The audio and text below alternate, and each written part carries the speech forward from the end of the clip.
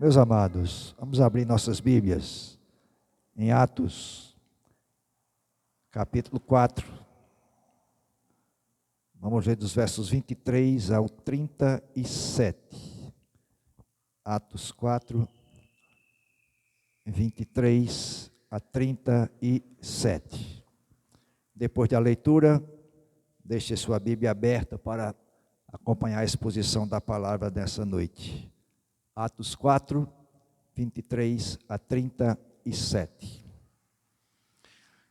Uma vez soltos, Pedro e João procuraram os irmãos e lhes contaram tudo o que os principais sacerdotes e os anciãos lhes tinham falado. Ouvindo isto, unânimes, levantaram a voz a Deus e disseram: Tu, soberano Senhor, fizeste o céu, a terra, o mar e tudo o que neles há. Disseste por meio do Espírito Santo, por boca de Davi, nosso pai, teu servo, porque se enfureceram os gentios e os povos imaginaram coisas vãs? Os reis da terra se levantaram contra as autoridades, se juntaram contra o Senhor e contra o seu ungido. Porque, de fato, nesta cidade, Herodes e Pôncio Pilatos, com gentios e gente de Israel, se juntaram contra o teu santo servo Jesus, a quem ungiste, para fazerem tudo o que a tua mão e o teu propósito predeterminaram. Agora, Senhor, olha para as ameaças deles e concede aos teus servos que anunciem a tua palavra com toda a ousadia, enquanto estendes a tua mão para fazer curas, sinais e prodígios por meio do nome do teu santo servo Jesus. Tendo eles orado, tremeu o lugar onde estavam reunidos. Todos ficaram cheios do Espírito Santo e com ousadia anunciavam a palavra de Deus. Da multidão dos que creram era o coração e a alma. Ninguém considerava exclusivamente sua nenhuma das coisas que possuía. Tudo, porém, lhes era comum. Com grande poder, os apóstolos davam testemunho da ressurreição do Senhor Jesus, e em todos eles havia abundante graça. Não havia nenhum necessitado entre eles, porque os que possuíam terras ou casas, vendendo-as, traziam os valores correspondentes e os depositavam aos pés dos apóstolos. Então se distribuía a cada um conforme a sua necessidade. Então José, a quem os apóstolos chamavam de Barnabé, que quer dizer filho da consolação, um levita natural de Chipre, vendeu um campo que possuía, trouxe o dinheiro e o depositou aos pés dos apóstolos. Até aqui a leitura da palavra de Deus. Meus amados, continuando as nossas exposições no livro de Atos, relembrar o nosso tema geral, a exposição do livro de Atos, a soberana vontade de Deus e a ação do Espírito Santo na vida da igreja. A soberana vontade de Deus e a ação do Espírito Santo na vida da igreja. Hoje, nessa parte, nesse recorte, Atos 4, 23 a 37, nós vamos analisar a partir do seguinte tema: a vida em comunidade. E, meus amados, o texto pode ser dividido em duas partes, e alguns até colocam em três partes, colocando a leitura do 23 até o 35, e do 36 até o 5 em diante, faz uma junção só. Eu optei por fazer dessa forma, e domingo, Deus permitindo, nós vamos dar continuidade e explicaremos esse recorte dos versos 36 e 37. Agora, meus amados, olhando para o texto, uma das verdades mais preciosas sobre a igreja de Cristo é que ela foi instituída para o bem dos filhos de Deus. Por que eu quero dizer isso? Porque em nossos dias, não só nossos dias presentes, mas já há algum tempo atrás e hoje se consolidando, há um movimento chamado dos sem igreja. Aqueles que não congregam, que não querem congregar na igreja. Mas, meus amados, olhando para esse texto, nós vamos entender que um crente sem igreja sem o convívio da sua comunidade, é mesmo que um órfão, sem ninguém por ele neste mundo. E é na igreja de Cristo que nós encontramos proteção, amparo, auxílio, e é isso que nós damos uns aos outros, é na igreja. É nessa comunidade de santos, ou seja, separados, que nós vivemos em comunidade. Ou seja, esse nome comunidade seria o tema que nós demos para essa parte do texto de Atos, a vida em comunidade. E se você olhar, e nós vamos mostrar mais detalhadamente, esse texto que nós lemos, relata a resposta dos irmãos, dos santos, ao milagre que Deus realizou através de Pedro e João, que nós já analisamos. Ou seja, a cura daquele coxo de nascença, 40 anos, que era colocado à porta do templo, chamada Formosa. E naquele dia que Pedro e João entraram, na hora nona para a oração, ele pede esmolas como fazia. Pedro olha para ele e diz: eu não tenho nem prata nem ouro, mas o que eu tenho eu te ofereço. Em nome de Jesus, levanta e anda. E aquele homem levantou. Todo desenrolar desse capítulo 3, onde está a narrativa desse milagre, até agora, é a partir do que aconteceu. Então, os crentes estão reunidos e respondem a Deus de duas maneiras. É por isso que eu li o texto de 23 a 37. Quais são as duas maneiras? Oração e comunhão. É isso que nós vamos ver nessa noite. Essas duas respostas são marcas distintivas da igreja primitiva. Essa igreja que nós analisamos. E nós podíamos dizer que essa deve ser também a marca da igreja hoje, ou as marcas da igreja, a oração e a comunhão. Ou seja, meus amados, o texto nos leva a perceber isso. Se não vejamos, os versículos 23 a 28 mostram a oração fiel desses irmãos. Quando Pedro e João foram libertados, eles foram para onde? Observe o versículo 23. Uma vez soltos, ou seja, libertos, Pedro e João procuraram os irmãos. Foram para os irmãos. E quem eram esses irmãos? Algumas traduções, companheiros. Quem eram esses? Os apóstolos restantes, provavelmente os 10, que estavam lá também naquele tempo em Jerusalém, e os outros crentes daquela igreja. Se você lembrar, e se nós seguirmos a informação de Lucas, aproximadamente 5.000 pessoas. Será que estavam todos aqui? Claro que não. Claro que não. É provável que aqui estivessem reunidos esses 10 apóstolos, mais João e Pedro e João formando 12, e alguns crentes dessa igreja que se reuniam para orar. Me parece que a defasagem de oração vem desde esse tempo. Nossos cultos de oração, nossa reunião de oração é sempre menores. Mas aqui o texto não me informa quantas pessoas tinham reunidos. Diz só que eles procuraram os irmãos e foram para eles juntos. Então, vejam o que é que aconteceu. Quando eles chegaram na presença desses irmãos, o que é que eles fizeram?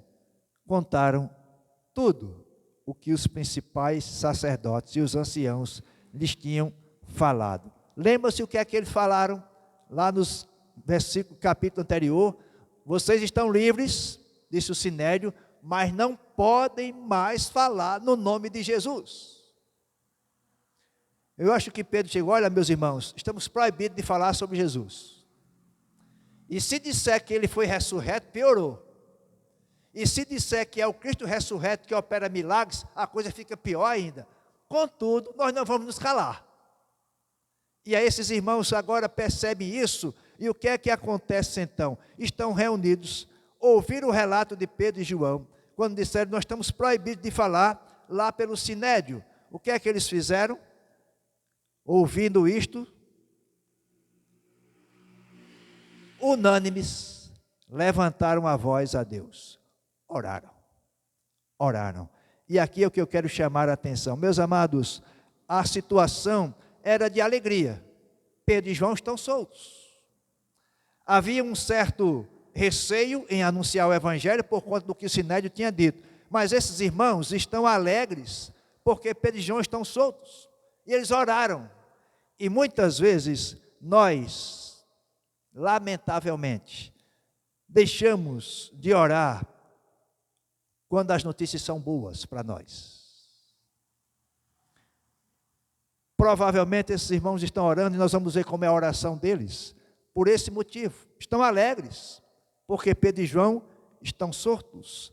E é imprescindível que nós entendamos o que Lucas registra. Notem, Lucas podia ter colocado assim, né? Pedro e João chegaram, estavam os irmãos, contaram o que tinha acontecido com eles, e eles ficaram alegres e resolveram orar. Mas note o detalhe, o que é que Lucas registra aí. Ouvindo isto, agora essa palavra, unânimes, quer dizer todos, juntos, eles levantaram a voz a Deus. Esta, meus amados, portanto, é a resposta fiel da igreja primitiva, que também deve nos encorajar a ir todos orar unânimes. Ou seja, a oração nas circunstâncias que nos chama a orar deve ter unidade, deve estarmos juntos em oração. Sabe por quê? A oração é um presente do Pai Celestial para nós. A oração deve ser a primeira reação natural nossa ao testemunho do poder de Deus e a um problema no mundo de Deus. Então, a nossa reação deve ser olhar para esses irmãos e orar, unânimes. Agora, Lucas passa a mostrar para nós que o tema principal dessa oração é a soberania e o poder de Deus. Isso deve nos influenciar em nossa vida de oração. A estrutura da oração é muito importante. E a igreja aqui, primeiro, essa igreja primitiva, nos ensina em como devemos orar. Primeiro, eles louvaram a Deus. Veja o verso 24. Levantaram a voz a Deus e disseram: Tu, soberano Senhor, fizeste o céu, a terra, o mar e tudo o que neles há. Ou seja, eles louvaram a Deus. Louvar é homenagear alguém, é reconhecer quem é essa pessoa. E é isso que eles estão fazendo aqui. Tu és soberano. Foi tu que fizeste o céu e a terra, o mar e tudo o que neles há. Foste tu, Senhor, que o fizeste. Nós reconhecemos isso. Ou seja, eles atribuíram glória e honra a Deus como Criador do universo. Eles reconheceram o governo soberano de Deus e o adoraram. E note que eles o adoraram nessa oração, não somente pelo que ele tinha feito, mas pelo quem ele é. Aqui, portanto, está uma instrução para nós. Quando orarmos a Deus, devemos começar orando, louvando a Deus, pelo quem Deus é, soberano, Senhor sobre tudo e sobre todos, Criador de todas as coisas, sustentador de todo o universo.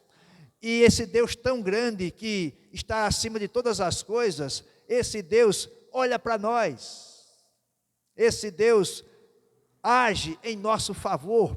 Isso deve ser, portanto, motivo de louvor.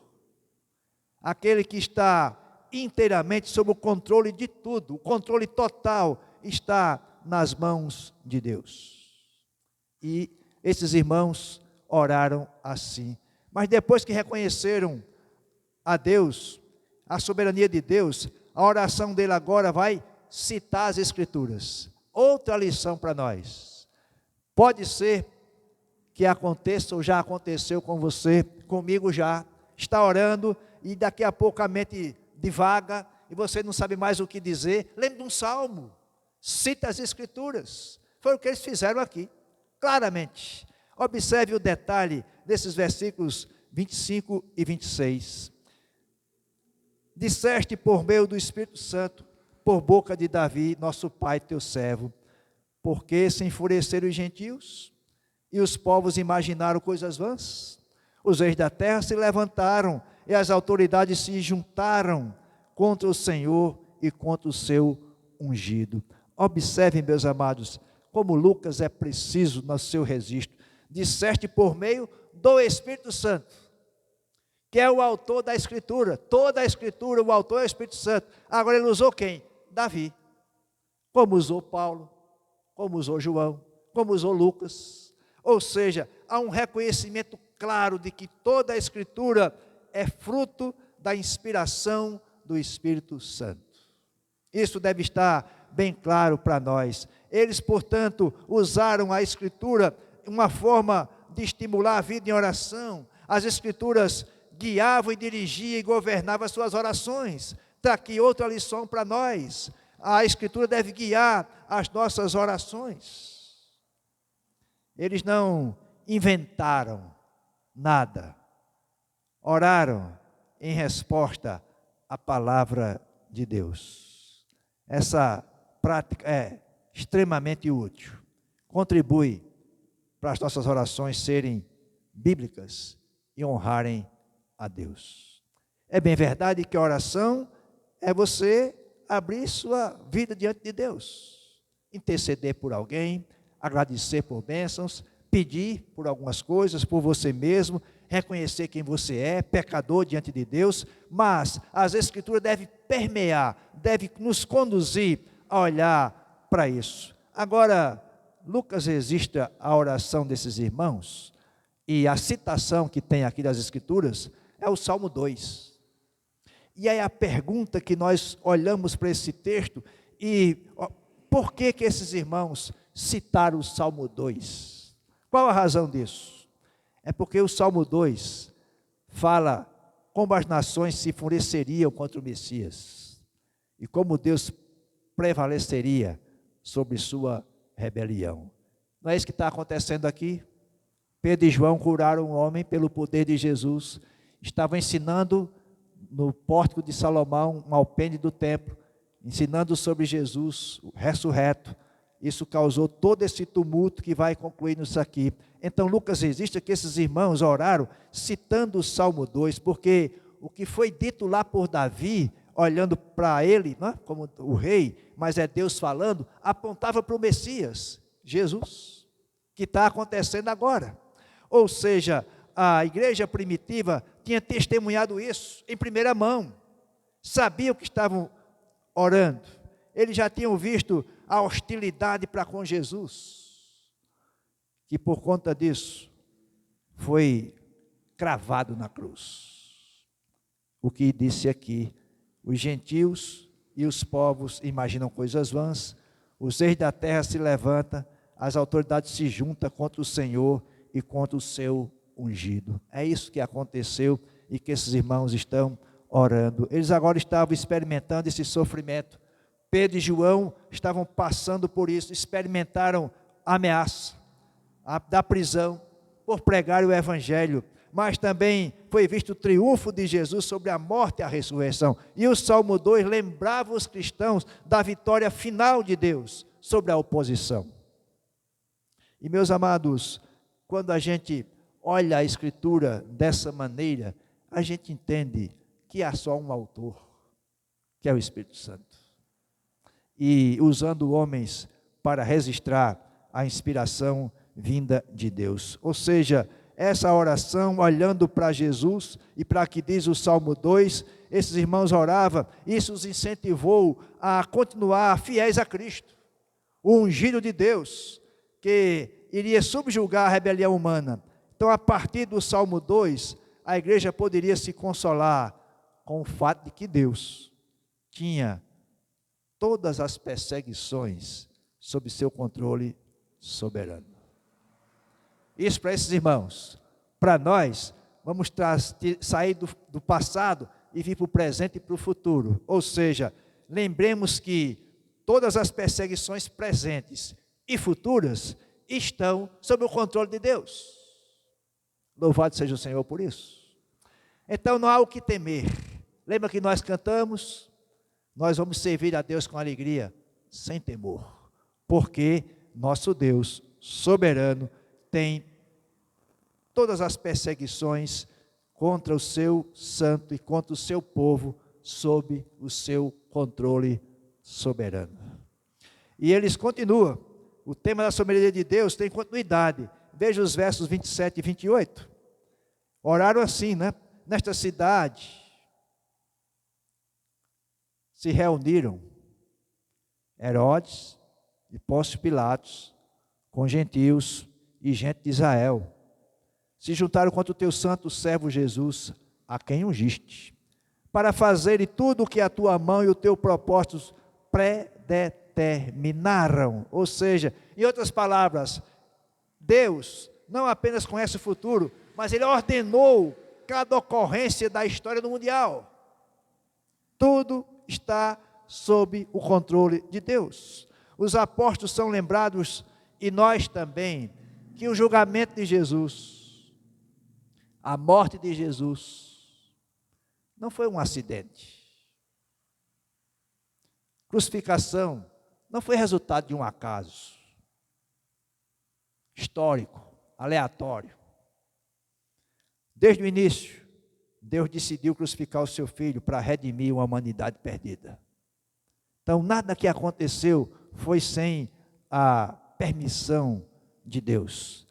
E aí a gente vai dizer, mas o Sinédrio se reuniu, julgou Jesus ilegalmente, porque foi à noite, na casa do sumo sacerdote, jamais podia ser assim, tinha que ser durante o dia, e lá no Sinédrio, o julgamento foi ilegal, foi condenado à morte Jesus. Herodes também agiu ilegalmente. Pôncio Pilatos lavou as mãos. E o povo gritou para crucificá-lo. Tanto gentios como gente de Israel. Tudo isso aconteceu realmente, mas não foi por acaso. Isso foi Deus usando essas pessoas para cumprir o seu propósito de crucificar o seu filho, para redimir, para nos trazer de volta a comunhão com Ele. Ele predestinou e enviou o seu Filho sem pecado para receber o castigo divino do pecado na cruz. Tudo o que aconteceu foi por permissão, providência, a ação de Deus. Meus amados, nós devemos aprender com essa igreja a orar com ousadia, que esses irmãos oraram, confiados na soberania de Deus. Quando nós dobramos os joelhos diante dessa verdade gloriosa, nós reconhecemos que Deus está meticulosamente, nos mínimos detalhes, envolvido em todos os aspectos da criação e em todas as partes de nossas vidas. Deus está presente nas coisas mínimas, porque Ele é soberano. Esse Deus que domina todo o universo, que é maior que todo o universo, esse Deus está presente nas nossas vidas. Ele nunca é pego de surpresa, nunca. Ele ordena todas as coisas de acordo com o conselho da sua vontade, diz Paulo na carta aos Efésios, capítulo 1, verso 11.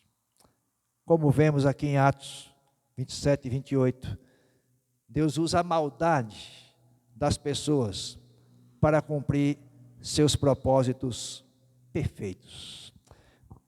Volte as páginas de sua Bíblia lá para o início. Gênesis, capítulo 50, sobre a vida de José. Gênesis 50, versículo 20.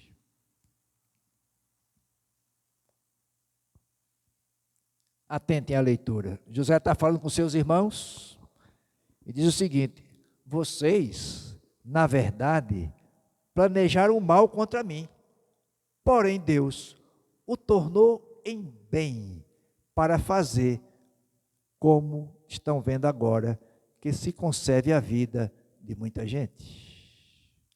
Coisa linda essa de Deus. O mal que os irmãos de José planejaram, Deus o fez em bem. E não só para José, para salvar da fome muita gente. Isso é o Deus soberano. É isso que esses irmãos estão reconhecendo aqui, ou seja, sob a luz dessa oração desses irmãos, nós podemos ter certeza que Deus está trabalhando todas as coisas para o bem daqueles que o amam. E isso Paulo reconhece e registra na sua carta aos Romanos. Convido você a abrir a sua Bíblia, a olhar na sua Bíblia, Romanos 8, versos 28 a 30. Veja que Paulo reconhece essa verdade também da soberania de Deus e que Deus está sob o controle de todas as coisas para o bem daqueles que amam a Deus. Paulo diz: sabemos que todas as coisas cooperam para o bem daqueles que amam a Deus, daqueles que são chamados segundo o seu propósito. Pois aqueles que Deus de antemão conheceu, Ele também predestinou para serem conformes à imagem de seu Filho, a fim de que Ele seja o primogênito entre muitos irmãos. E aos que predestinou, a esses também chamou. E aos que chamou, a esses também justificou. E aos que justificou, a esses também glorificou. Meus amados, nós temos aqui uma verdade sublime. Nós somos predestinados para sermos semelhantes à imagem de Jesus. Ele nos escolheu, nos chamou, nos trouxe para próximo dele, nos justificou e nos glorificou. Mas ainda estamos aqui, não é? Parece que Paulo errou aí na concordância verbal, mas não é um erro gramatical aqui. É que Paulo está dizendo que no propósito de Deus, na mente de Deus, aqueles que o amam, que foram chamados por Ele, já estão glorificados. Louvado seja Deus por isso. Vai chegar o dia dessa glorificação plena para nós. Mas tenhamos certeza, já estamos glorificados em Cristo Jesus, por conta da soberania de Deus. Portanto, a gente precisa aprender com esses irmãos e orar assim, e estar atentos e confiantes na soberania de Deus. Nenhuma área da sua vida, da minha vida, da nossa vida, está fora dos limites, do alcance e do plano soberano de Deus. Agora, meus irmãos, os versos 29 a 31, nós vamos ver o que é que não tinha nessa oração. Observe, para fazerem tudo o que a tua mão e o teu propósito predeterminaram. Verso 28. Agora o 29. Agora, Senhor, olha para as ameaças deles e concede aos teus servos que anunciem a tua palavra com toda a ousadia, enquanto estendes a tua mão para fazer curas, sinais e prodígios por meio do nome do teu santo servo Jesus. Tendo eles orado, tremeu o lugar onde estavam reunidos.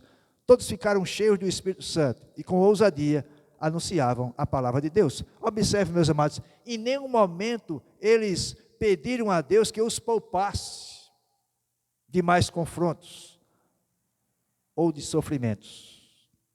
Em vez disso, oraram que fosse concedida ousadia para falar a palavra de Deus com toda ousadia. Observaram o detalhe. Eles não pediram para, Senhor, alivie o sofrimento. Senhor, livra de nós essas ameaças. Não.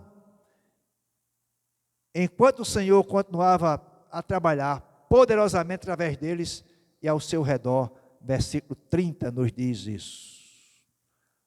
Ou seja, meus amados, eles oraram, Senhor, diante dessa oposição, diante dessa iminente perseguição, diante do sofrimento que temos, não nos deixe enfraquecer. Pelo contrário, nos faz ser comprometidos a continuar a realizar os teus propósitos. Nos faz, Senhor, falar do Evangelho com ousadia. Ainda que nós sejamos perseguidos, e parece que seremos mesmo, mas nós queremos com ousadia continuar a proclamar o Evangelho. É essa a oração desses irmãos. Meus amados, essa deve ser a nossa oração também, em meio à fraqueza que nos vem, em meio ao desconforto físico, que às vezes o proclamar o Evangelho traz, precisamos de ousadia para orar. Esses irmãos não pediram para ficarem como que protegidos, mas eles oraram para que tivesse ousadia e anunciar o Evangelho de Jesus. Não oraram para ser poupados do sofrimento. Meus amados, orar por isso não é errado. Contudo, não devemos temer a oposição, a ponto de achar que a nossa segurança física está acima da missão do Evangelho. Se nós olharmos a história da igreja, em toda a sua trajetória, sempre teve isso. Sempre teve isso. Perseguição, morte, sofrimento, tortura física, sempre houve. E ainda há hoje. Nós ainda temos liberdade em nosso país. Ainda. Aproveitemos isso, meus amados. Aproveitemos isso. Se temos a nosso favor a tecnologia, não é? As redes sociais em que podemos anunciar o Evangelho, façamos isso. Está bem pertinho das redes sociais serem, como é que diz?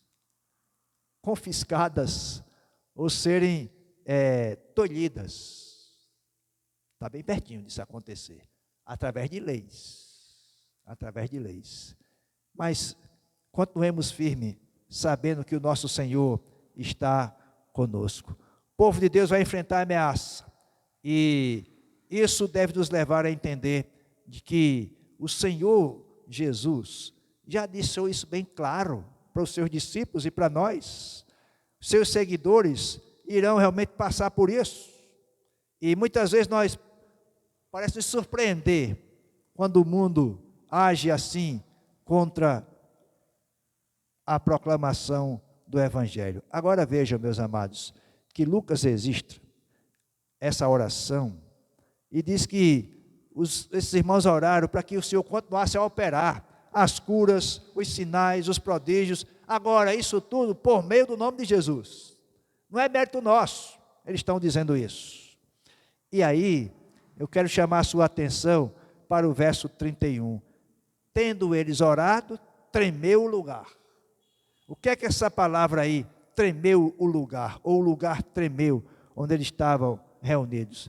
Essa palavra está cheia de significado teológico. O lugar tremeu. Eu chamo sua atenção para dois eventos, teologicamente, que vai nos ensinar. Primeira coisa, lembre-se de Isaías, quando entrou no templo, o lugar tremeu, por conta da presença da glória de Deus. Tremeu o lugar onde Isaías chegou. Aconteceu aqui também. E outro momento que houve um tremor forte foi quando da morte de Jesus. O véu do templo se rasgou em dois. Houve um tremor. Mateus 27, 51 registra isso. Ou seja, o tremor do chão, portanto, simboliza a presença de Deus, a aprovação de Deus, a oração desses irmãos. A terra estremece para demonstrar que Deus estava no meio deles. E vejam o que é que aconteceu depois. Todos ficaram cheios do Espírito Santo. Não é que nós vamos esperar que a memorial aqui se abale e trema, não. Se Deus quiser, Ele fará. Mas é que essa simbologia, essa informação teológica para nós, é para mostrar que Deus estava junto com esse povo. Deus está junto conosco. E é por isso que nós precisamos estar cheios do Espírito Santo. Esses irmãos ficaram cheios do Espírito Santo. Qual foi o resultado disso? Com ousadia, anunciavam a palavra de Deus. Lembra-se da promessa de Jesus? Volte suas páginas aí. Eu sei que você já sabe até de cor, mas volte suas páginas. Capítulo 1, verso 8. Promessa de Jesus cumprida nesses discípulos apóstolos e em nós. Mas vocês receberão poder ao descer sobre vocês o Espírito Santo. E aí vem o que vai acontecer. E serão minhas testemunhas, tanto em Jerusalém, como em toda a Judéia e Samaria e aos confins da terra. Observaram que ser cheio do Espírito Santo tem um propósito primeiro, único e verdadeiro, ser testemunha de Jesus. É isso que esses irmãos aqui receberam. O lugar tremeu como simbologia da presença de Deus, mas o que acontece é que esses irmãos, cheios do Espírito Santo, com ousadia, anunciavam a palavra de Deus. No livro de Atos, nós vamos ver isso durante toda a nossa exposição. Toda vez que a perseguição atinge a igreja responde, pela graça de Deus, com a destemida proclamação do Evangelho. Versos 32 a 37 é o outro aspecto desse texto. Primeiro, a oração. Segundo, a comunhão. E aí os versos 32 a 37 nos mostram a verdadeira unidade dessa igreja. A vida cristã é uma vida pública.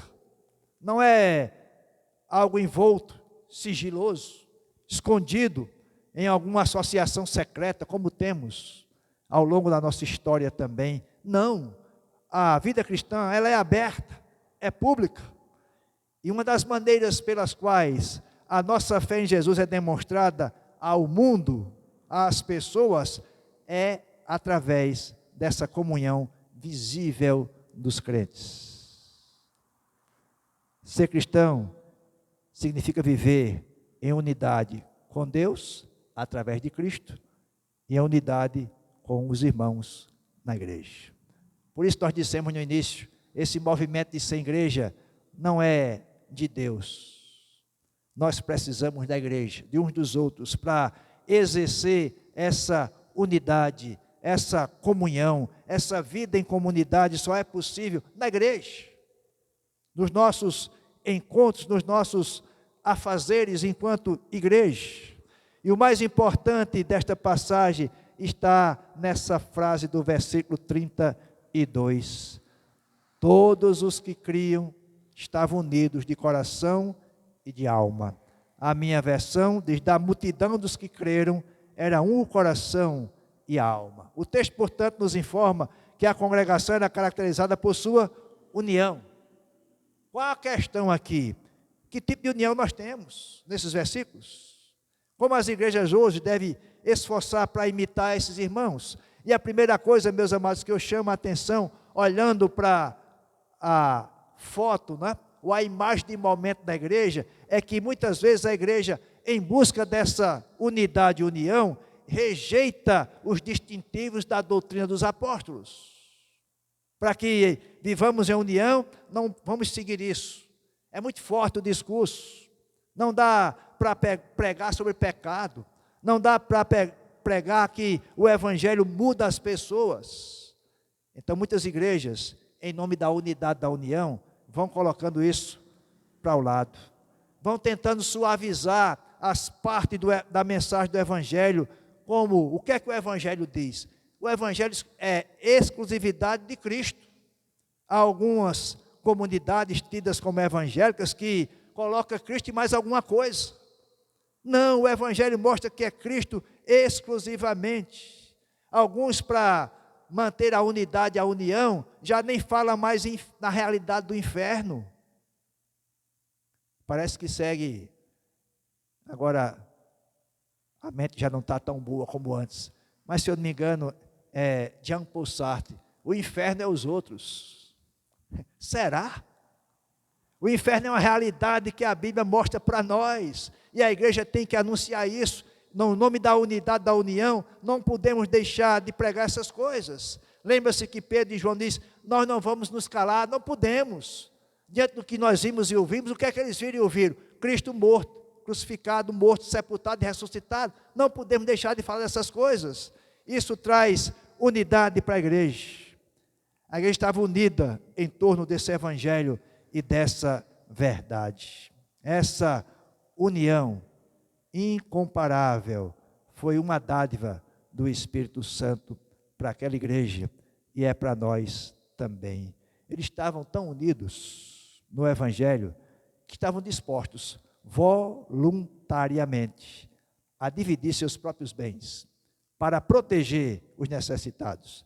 Verso 32 ainda: ninguém considerava exclusivamente seu nenhuma das coisas que possuía, tudo porém lhes era comum. Ou seja, eles voluntariamente, Você não encontra aqui no texto, nem em outro texto de Atos, os apóstolos ensinando: olha, você vai vender sua propriedade para repartir com quem precisa. Não tem isso. É um ato voluntário. Ninguém considerava exclusivamente seu nenhuma das coisas que possuía, porém lhes era comum. Isso era ato voluntário desses irmãos. Eles reconheceram o valor infinito que haviam encontrado no Evangelho de Jesus e livremente traziam seus bens e eram repartidos. Veja, verso 33. Enquanto isso, os apóstolos continuavam a fazer o quê? Dar testemunho da ressurreição do Senhor Jesus. Com grande poder, os apóstolos davam testemunho da ressurreição do Senhor Jesus. E em todos eles havia abundante graça. Ou seja, esses homens apóstolos, e aqui destacamos Pedro e João, eles caminharam com Jesus, conversaram com Jesus, aprenderam de Jesus, assistiram à morte de Jesus, viram, desculpe a redundância, viram visivelmente Cristo ressuscitado, estavam ensinando as outras pessoas sobre isso, e note que eles continuam a fazer isso, com grande poder.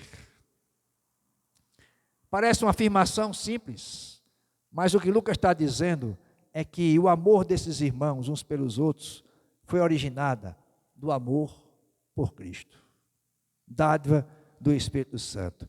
Eles entendiam que os bens materiais iriam se desgastar, o que é verdade, mas eles entendiam que a alegria em Cristo, no Cristo ressurreto, essa duraria para sempre. Louvado seja o Senhor. É isso que eles estão fazendo, repartindo o que tem para ajudar uns aos outros, mas mantendo essa alegria que está presente. Veja o versículo 34. Não havia nenhum necessitado entre eles, porque os que possuíam terras ou casas, vendendo-as, traziam os valores correspondentes.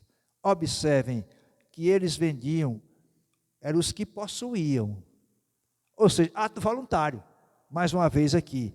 E observem, meus amados, que as nossas dados materiais vêm de Deus, e vindo de Deus, nós precisamos entender que devem ser usados para a glória de Deus. Ou seja, a igreja em Atos entendeu isso, porque amava Jesus mais do que a seus bens. Há muita gente invertendo esse valor. Ama mais seus bens do que ama Jesus. Esses irmãos nos ensinam ao contrário. E eles então entenderam isso. E os versículos 36 e 37 vai falar de Barnabé, José, a quem chamava de Barnabé, que voluntariamente vendeu um campo que possuía, trouxe o dinheiro e depositou aos pés dos apóstolos. Deu para os apóstolos. Observe que em nenhum momento Lucas registra que foi exigido isso, ou foi pelo menos pedido isso. Não, era atos voluntários. Ou seja, quando a gente compreende o nosso papel no plano de Deus, nós vamos reconhecer que somos chamados a orar a Deus, a viver em harmonia com os outros crentes e a repartir aquilo que nós temos, que Deus nos dá, com aqueles que necessitam. Deus quer, portanto, que nós nos apeguemos a Ele e nos congreguemos em união, em unidade, em oração, uns com os outros, para a glória dEle.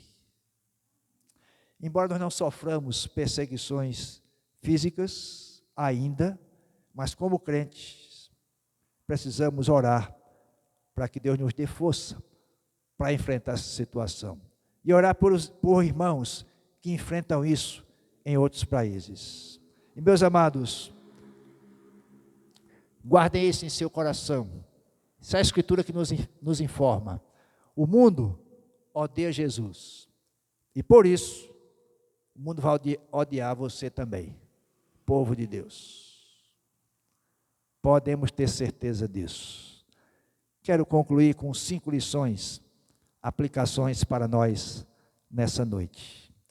Primeira lição e aplicação: a oração é a arma mais poderosa, mais potente da igreja. É a oração. Nós não tememos os homens, não temos temor dos principados e potestades deste mundo, nada pode nos calar. Por essa razão, porque nós oramos ao Deus que está conosco. Qual foi a promessa de Jesus? Eis que eu estou com vocês todos os dias, até a história ser consumada. Ou seja, se é promessa de Jesus, nós temos, portanto, essa segurança de orar ao nosso Senhor, sabendo que essa arma é poderosa, é potente, porque oramos ao Senhor que está conosco.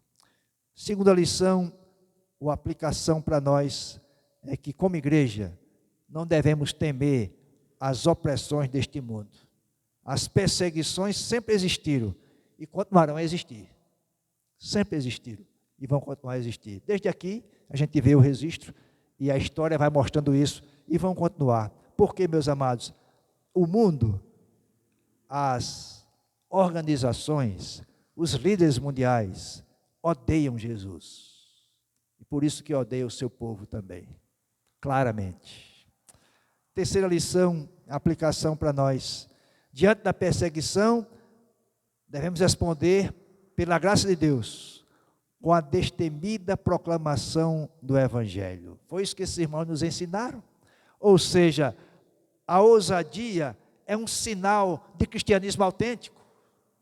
Ou seja, quando a opressão, quando a perseguição, quando a rejeição, quando o ódio, quando a indiferença chegar para nós, por causa do Evangelho, tenhamos certeza disso. Esse é um sinal de que você está vivendo o cristianismo autêntico, verdadeiro. Quarta aplicação, lição para nós.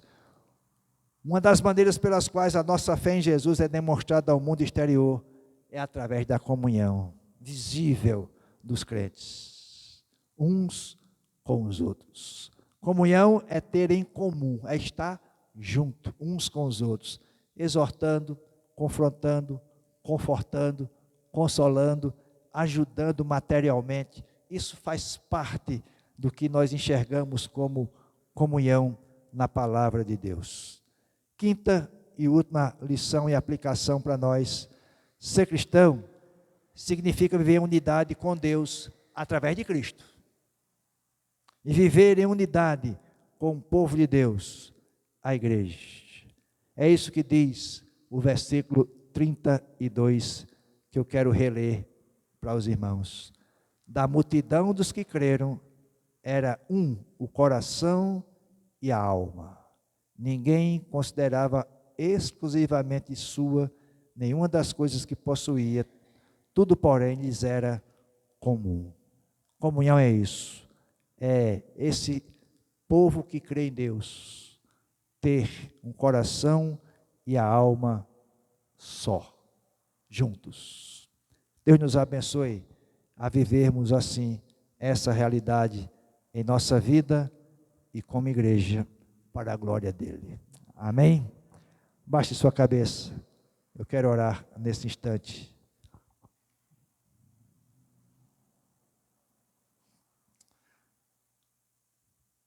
Ó Senhor, louvamos o Teu nome pela Tua palavra, Senhor, lida e explicada na direção do Teu Santo Espírito. Que nós tenhamos aprendido, Senhor, nessa noite, a viver em comunhão uns com os outros, como igreja. Tenhamos aprendido a orar ao Deus soberano que és, Deus que domina todas as coisas, o Deus que cuida de nós, a orarmos com base nas Escrituras, a Tua palavra revelada para nós.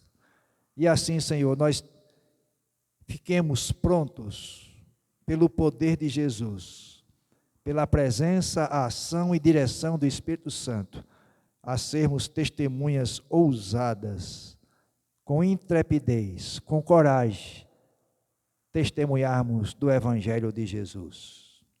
E assim vidas possam ser alcançadas e transformadas pelo Teu poder. Faz isso conosco, Senhor. Faz isso com a Tua igreja. Faz isso com o Teu povo em todo o mundo, onde Tu tens o Teu povo separado, Senhor. E que o nome de Jesus seja glorificado a cada dia e a cada instante. É no nome dEle que nós oramos. Amém. Receba a bênção dos apóstolos nesse instante. Que o amor de Deus, o nosso Pai, a graça soberana, salvadora graça de Jesus Cristo, nosso Senhor, a comunhão, as consolações, o discernimento do Espírito Santo, estejam com todos nós e com todo o povo de Deus na face da terra, hoje e sempre. Amém. Faça a sua oração em silêncio.